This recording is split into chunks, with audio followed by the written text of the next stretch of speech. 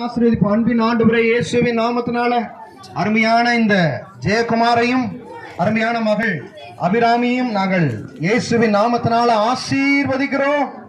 ஆபிரகாமையும் ஈசாக்கையும் யாக்கோபையும் தேவன் ஆசீர்வதித்து அவருடைய ஜனங்களையும் ஆண்டவரே அவருடைய சந்ததிகளையும் ஆண்டவர் வானத்தின் நட்சத்திரங்களைப் போலவும் பூமியின் கடற்கரை மணலைப் போலவும் பரவ செய்த தேவன் இயேசுவின் நாமத்தினால ஆண்டவரே இந்த குடும்பங்களை ஆண்டவரே நீர் ஆசீர்வதிப்பீராக.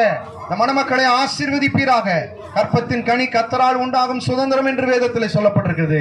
ஏற்ற நேரத்தில் அருமையான ஆண் பிள்ளையும் பெண் பிள்ளைகளையும் பெற்றெடுக்க கர்த்தர்களுக்கு அனுகிரகம் செய்வீராக.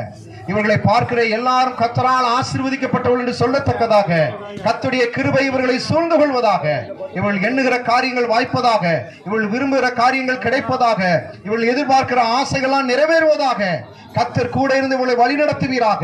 கர்த்தர் சொன்னீர், நான் உன்னை விட்டு விலகுவதும் இல்லை, உன்னை கைவிடுவதும் இல்லை என்று சொல்லி இருக்கிறேன். கைவிடாத தேவன், விலகாத தேவன் இவர்கள் நடுவிலே இருப்பீராக.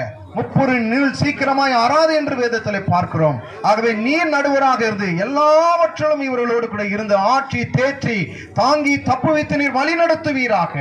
இயேசுவின் நாமத்தில் பிரியமானவனே, உன் ஆத்துமா வாழ்வது போல நீ எல்லாவற்றிலும் வாழ்ந்து சுகமாயிருப்பாயாக என்று சொல்லி நாங்கள் ஆசீர்வதிக்கிறோம். இப்பொழுது இருப்பதை பார்க்கல, கர்த்தர் உங்களை 1000 மடங்கு எல்லாவற்றிலும் ஆசீர்வதிப்பாராக என்று சொல்லி நாங்கள் ஆசீர்வதிக்கிறோம். எல்லாம் சொல்லுவோம், வானத்தையும் பூமியையும் உண்டாக்கின கர்த்தராலே இந்த அருமையான மணமக்கள் இந்த பூமியிலே ஆசீர்வதிக்கப்பட்டு வாழ்வார்களாக. ஆமென். கடைசியும் முடிச்சிடலாமா?